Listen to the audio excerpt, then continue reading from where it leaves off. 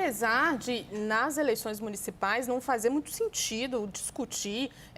a questão da criminalização do porte de drogas, mas, enfim, tem uma bandeira sendo levantada por alguns candidatos, Vitor, em relação a isso, a se mostrar mais conservador ou mais aliado ali às ideias da esquerda sobre esse assunto. Como é que isso vai ser discutido? Como é que você enxerga essa discussão e esse debate num ano de eleição? Com certeza vai ser trazido, Ju, e até por isso, né, tem também uma tentativa de ter um cálculo político ali por parte dos deputados em relação a como, né, o eleitorado recebe essa matéria. A gente sabe que ainda assim há muita resistência em relação a esse debate, né, envolvendo a descriminalização do porte da maconha. Houve muitas críticas, por exemplo, nas redes sociais por parte de eleitores, né? Também houve, evidentemente, gente comemorando, mas esse assunto ele vai ser levado para o debate principalmente do ponto de vista de segurança pública.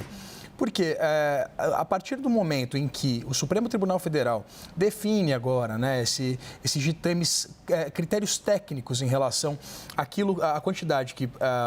alguém que é abordado na rua, por exemplo, vai ser classificado como um usuário ou traficante, a partir desse momento a gente vai iniciar uma nova discussão a respeito exatamente desse cenário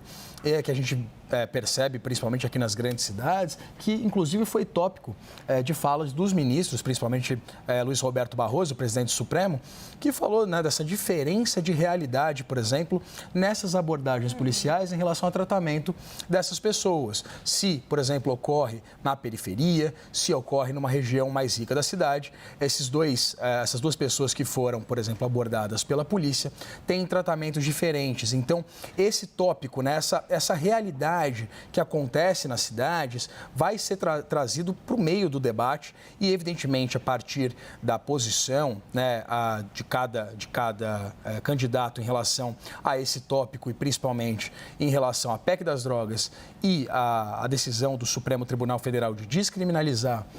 o porte de maconha até 40 gramas, né, pelo menos por enquanto, a partir desse cenário a gente vai ver uma discussão eleitoral se dar com esse assunto que, evidentemente, tomou conta do Brasil inteiro, João.